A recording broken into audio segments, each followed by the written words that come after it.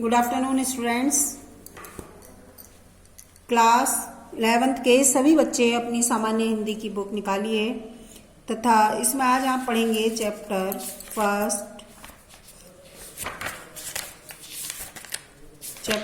देखिए, भारतेंदु हरिश्चंद्र। भारतेंदु हरिश्चंद्र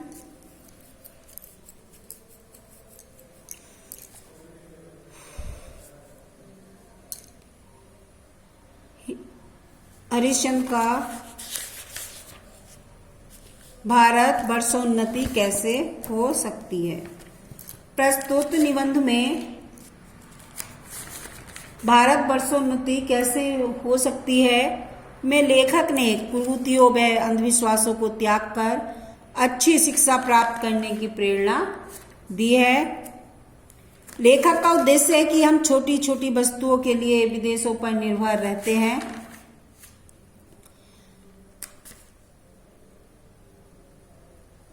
लेखक का उद्देश्य कि हम छोटी छोटी वस्तुओं के लिए विदेशों पर निर्भर न रहें एवं उद्योगों को विकसित करके आत्मनिर्भर बनकर अपने भविष्य का निर्माण स्वयं करें। लेखक के इन विचारों से उनकी दूरदर्शिता का परिचय मिलता है।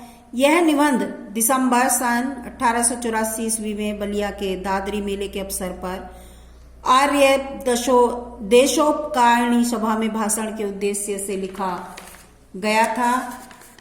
आइए अब इस चैप्टर के बारे में हम आपको बता दें कि इस चैप्टर में क्या कहा है लेखक ने। लेखक ने कहा है कि जो हमारे हिंदुस्तानी लोग हैं, लेखक ने यह बताया है कि जो हमारे हिंदुस्तानी लोग हैं ना, वे बहुत आलसी हैं। वे ऐसे हैं कि एक रेलगाड़ी की तरह से हैं। जिस प्रकार से रेलगाड़ी में प्रथम और द्वितीय श्रेणी के अच्छे से अच्छे डिब्बे जुड़े हुए रहते हैं ना, उसी तरह से हमारे भारतवासी भी हैं।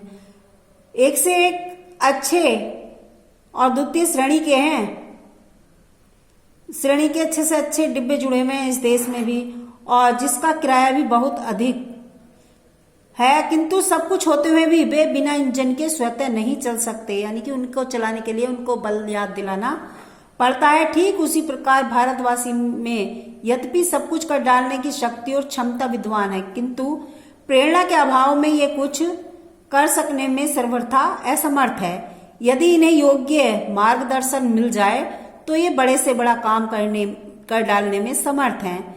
ये हनुमान बलवाना की तरह कर उन्हें उनकी शक्ति का आभास कराया गया है और वे समुद्र को लांघ जाने में सफल हो गए।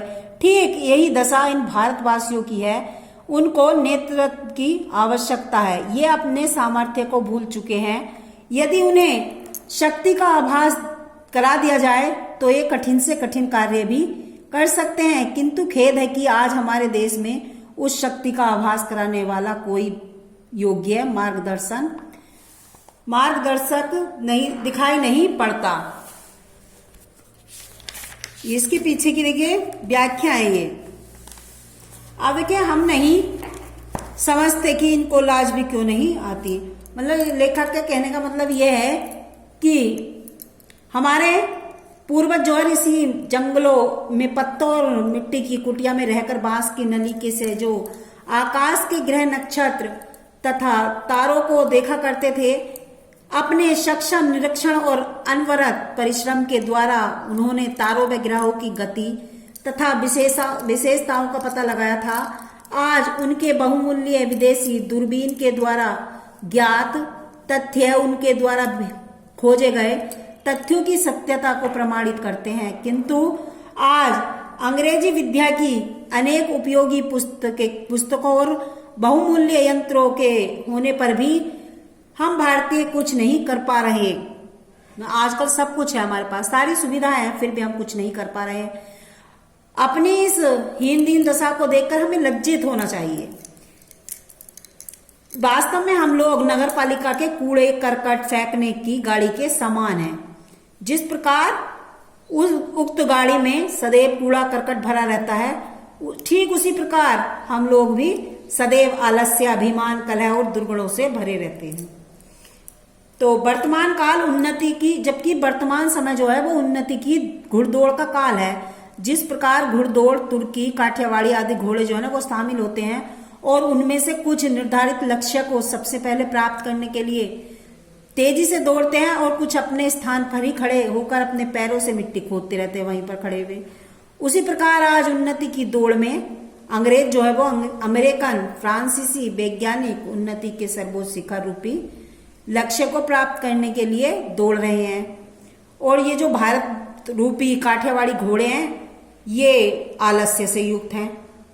आलस्य युक्त होकर उत्साहहीन दशा में जो के त्यों खड़े हुए हैं। सब लोग आगे निकल गए और ये वही तमाशा देख रहे हैं।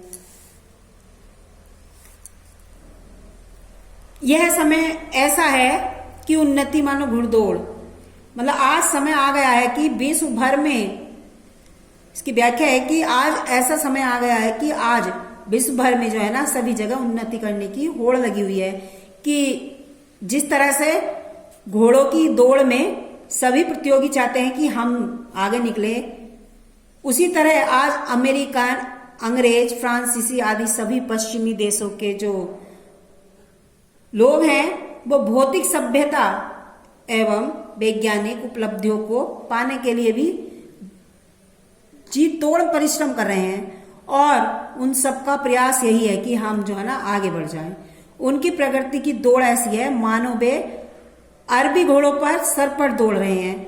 ऐसे समय में हम भारतवासी काठियावाड़ी घोड़ों पर सवार हैं जो खड़े खड़े अपने टापुओं से मिट्टी खोद रहे हैं। वे आगे नहीं बढ़ते, यद्यपि उनमें बोझ ढोने की पूरी क्षमता है। यदि यह मान लिया जाए कि पश्चिमी राष्ट्र वैभव संपन्न हैं और इसीलिए वे उन्नति कर रहे हैं तो यह भी उचित नहीं, क्योंकि जो एशियाई राष्ट्रों के में जापान एक छोटा सा राष्ट्र है, फिर भी अपनी जी तोड़ मेहनत से कितना आगे बढ़ रहा है, यह हम लोगों के लिए बहुत शर्म की बात है। इस समय जो प्रगति की दौड़ में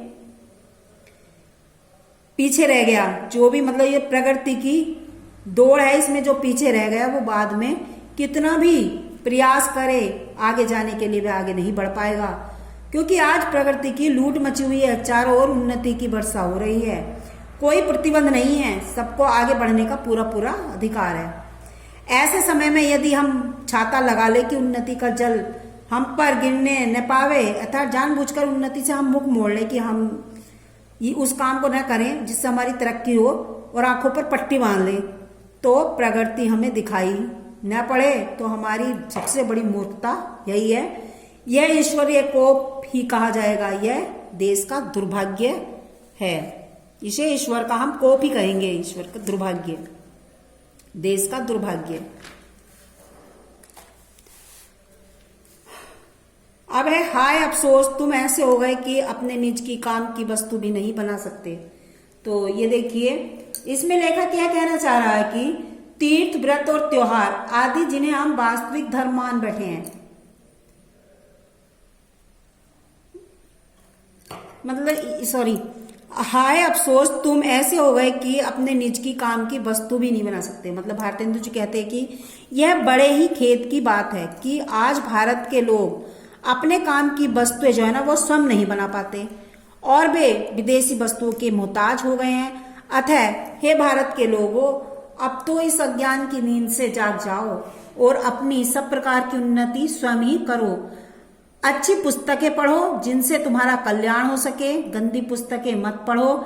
अच्छे खेल खेलो जिनसे तुम्हारा स्वास्थ्य अच्छा बने और अच्छी बातें करो जिनसे तुम्हारा नैतिक उत्थान हो सके। विदेशी वस्तुओं और विदेशी भाषा का त्याग कर दो तथा विदेशी वस्तुओं और अपनी ही भाषा का प्रयोग करो, तभी तो तुम्हारी उन्नति होगी, अन्यथा तुम्हारी उन्नति कभी भी नहीं होगी। अपने देश में अपनी ही भाषा में उन्नति करो।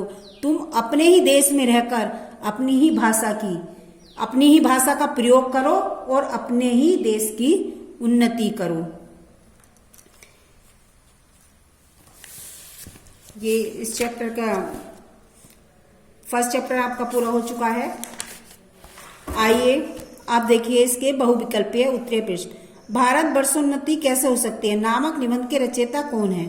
तो वह महावीर प्रसाद द्विवेदी, भारतेंदु हरिश्चंद्र, श्याम सुंदर दास या सरदार पूर्ण सिंह। तो इसके लेखक हैं भारतेंदु हरिश्चंद्र। भारतेंदु की नाट्य रचना रचना इनमें से कौन सी नहीं है? आजाद शत्रु। मदालसा के रचनाकार हैं भारतेंदु हरिश्चंद्र। अंधेर नगरी के रचयिता हैं भारतेंदु हरिश्चंद्र। 5 है आपका हरिश्चंद्र मैगजीन अथवा हरिश्चंद्र चंद्रिका पत्रिका का संपादन किसके द्वारा किया गया? भारतेंदु हरिश्चंद्र द्वारा। कवि वचन सुधा के संपादक थे भारतेंदु हरिश्चंद्र। नील देवी और विशस्य विषमोधनम के रचयिता हैं भारतेंदु हरिश्चंद्र। भारतेंदु हरिश्चंद्र की सुप्रसिद्ध रचना है वेद की हिंसा हिंसा न भवती। 9 है प्रबोधिनी कविता में भारतेंदु हरिश्चंद्र ने किसका विवरण दिया है? स्वदेशी। निम्नलिखित में से किस यात्रा व्रत की रचना भारतेंदु हरिश्चंद्र के द्वारा की गई? सरयू की पार की यात्रा। भारतेंदु हरिश्चंद्र किसके लेखक हैं? अंधेर नगरी के। इसमें इस चैप्टर में यह बताया गया कि हमारे भारत की जो उन्नति है वो कैसे हो सकती है, भारत वर्ष उन्नति कैसे हो सकती है कि हमें अपने आप पर निर्भर रहना चाहिए, न कि विदेशों पर निर्भर रहे और आलस्य को त्यागना होगा, तभी हमारे देश हमारी उन्नति हो सकती है। ये चैप्टर आपका फर्स्ट कंप्लीट हो चुका है। आज के लिए इतना ही। धन्यवाद बच्चों।